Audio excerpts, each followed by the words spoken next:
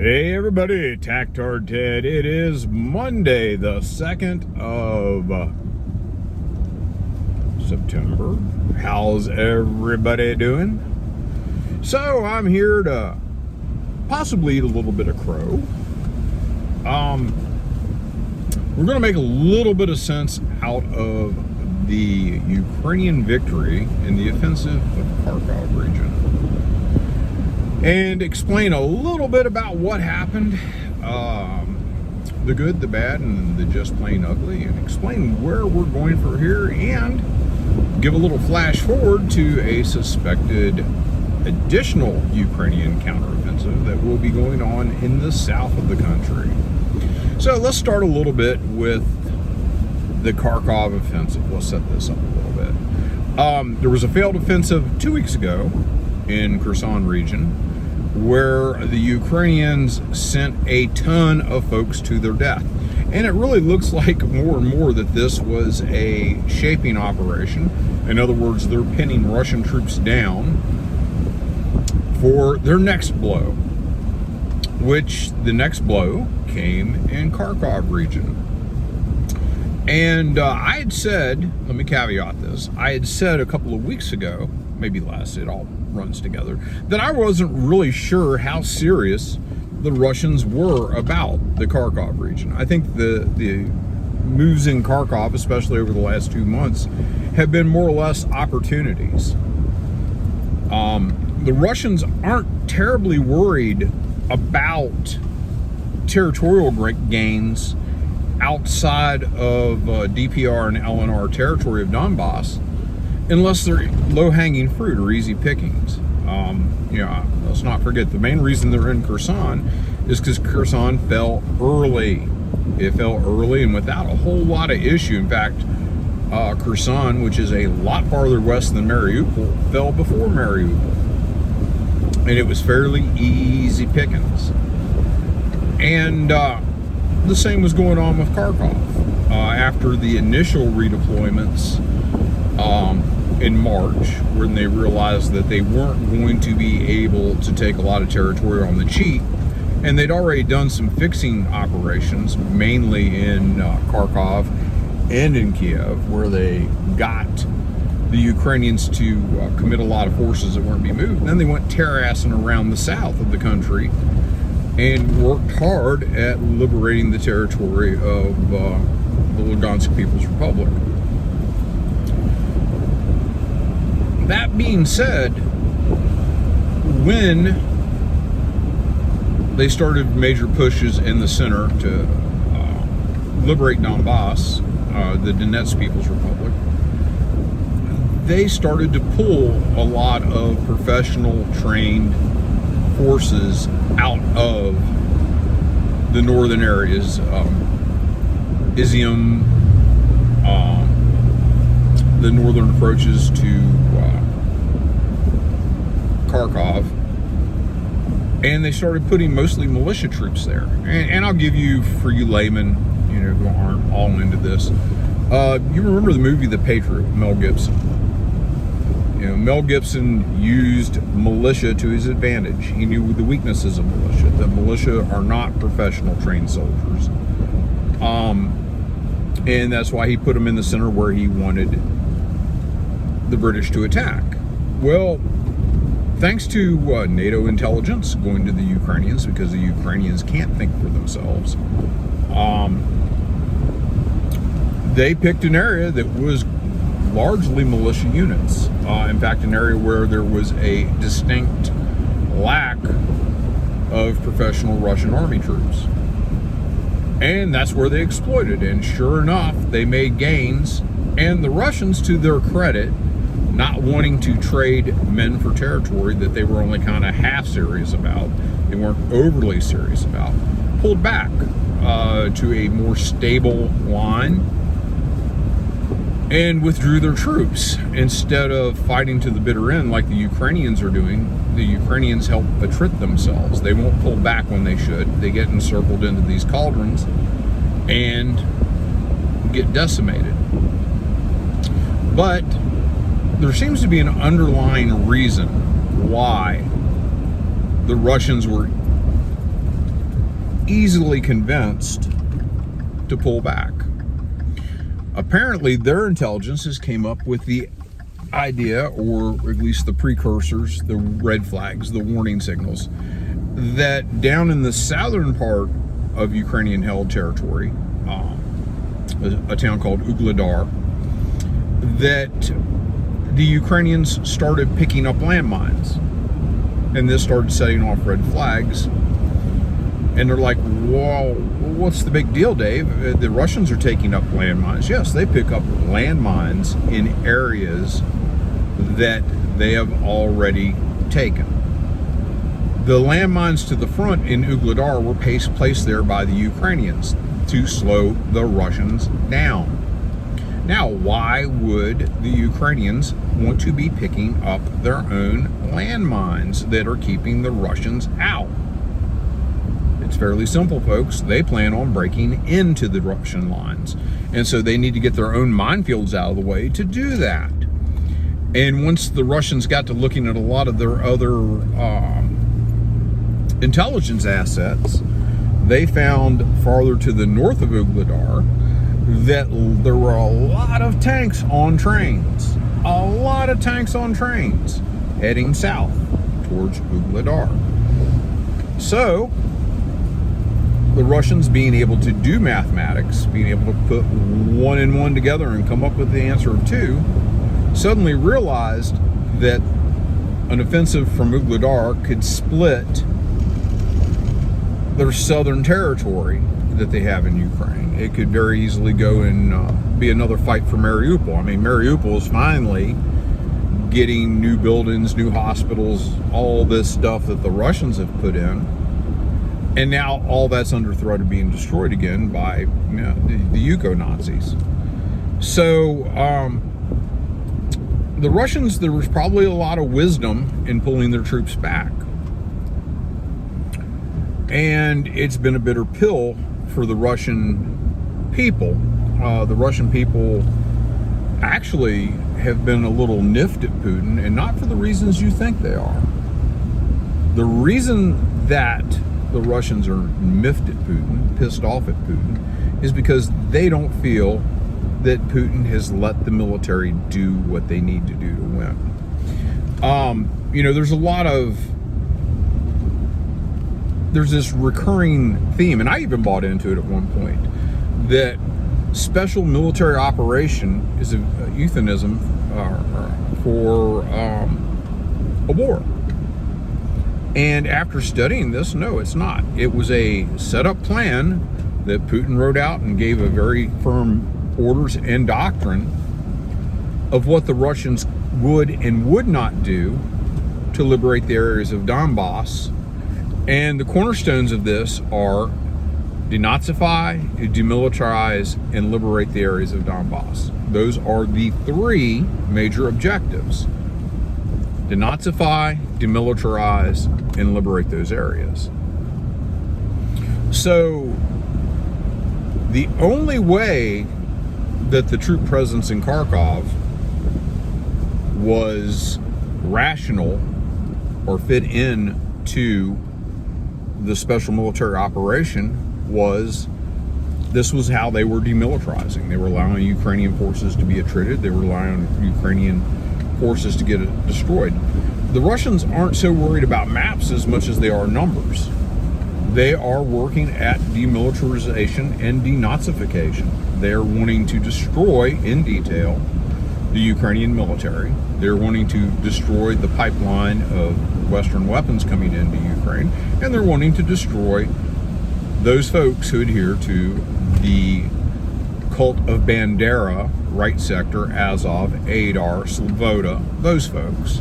The folks that have a xenophobic idea that the only people who should be allowed to exist in the borders of Ukraine should be pure-blooded Ukrainians who only speak Ukrainian and look Ukrainian.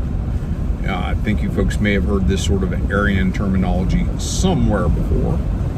And I invite you to look at the history of Galicia and the SS division that was raised there, and under how the pure Aryan SS allowed these folks in there. And Stepan Bandera, you really need to understand who this fella is that they hold in such high esteem. But back to the special military operation. Some of the things in the special military operation, the requirements. Number one was to inflict no unnecessary damage to civilian infrastructure. There's a lot of things that you do when you go to take over a country. If you're looking to take over a country, the first things you're going to do is destroy their infrastructure. Any power plant, gone. Radio towers, television towers, gone. Internet, gone. Bridges, gone. Means of communication, gone. Those are things that you want to disrupt. Those are things that you want to take out. You do not want the enemy to have communication. You do not want the enemy to have electricity, power, energy, gas. You don't want the enemy to have any of those things because you want to bring them to their knees quickly. The special military operation did not. It was mainly aimed at the three things: denazification, demilitarization, and the liberation of Donbass. And I think a lot of us, including myself early on, had kind of snickered at this. And from what I have seen, it's caused Putin a lot of difficulty. That a lot of Russians simply aren't worried about going in with a soft touch.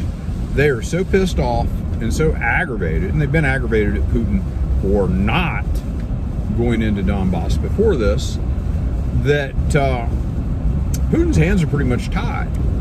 And the fact that a lot of Russians feel humiliated by the fact that they were pushed back and had to redeploy, and that the Ukrainians took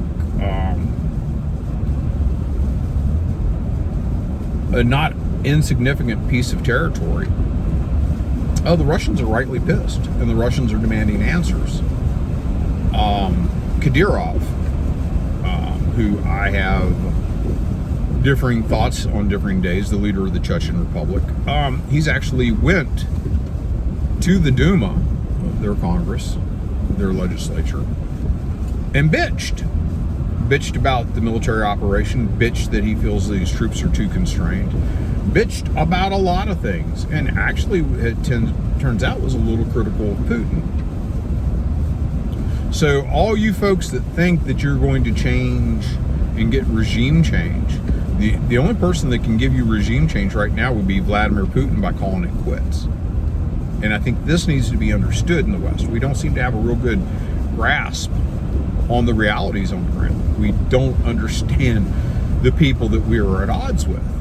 And to be honest, I don't understand why we're at odds with them. They're not doing anything that we haven't done in the name of self-preservation. But anyhow, so the Chechens are back. The guys who took a rest and relaxation period after the long, hard battles like Mariupol and Severodonetsk. Those guys took a little while off to refit, relax, get ready, and they're back in the fight. And they're reinforcing somewhere in the Russian territory. But we come to the most interesting part of the weekend, and that was last night. Which, you know, dude, we're talking a whole night ago if you're going by local time in that part of the world. Putin decided to turn out the lights. He turned out the lights. They lost 50% of their power grid in Ukraine last night in 2.5 hours. And this is threefold. This has three effects, and I'm not sure how many of you folks understand it. There's not just a gas crisis in Europe, but they also a looming electricity crisis.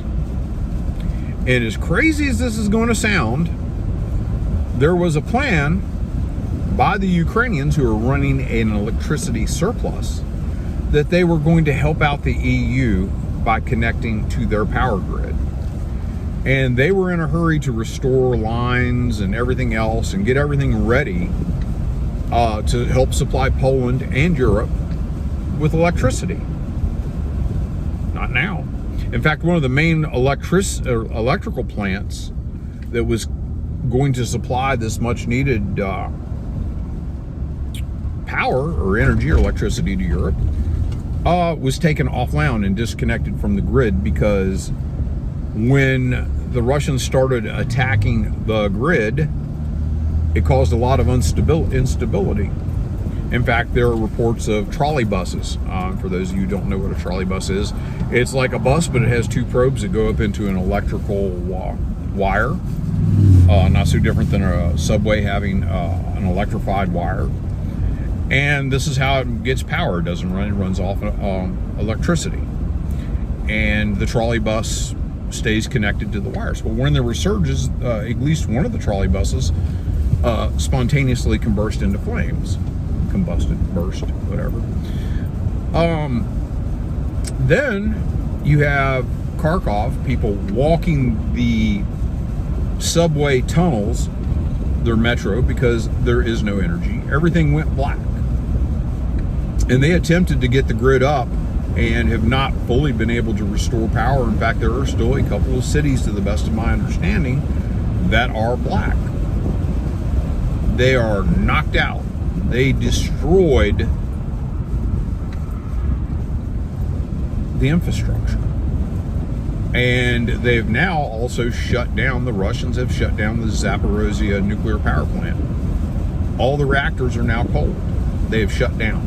They can be restarted later, but they've shut them down. There is no more electricity going to Ukraine from Zaporozhye nuclear power plant.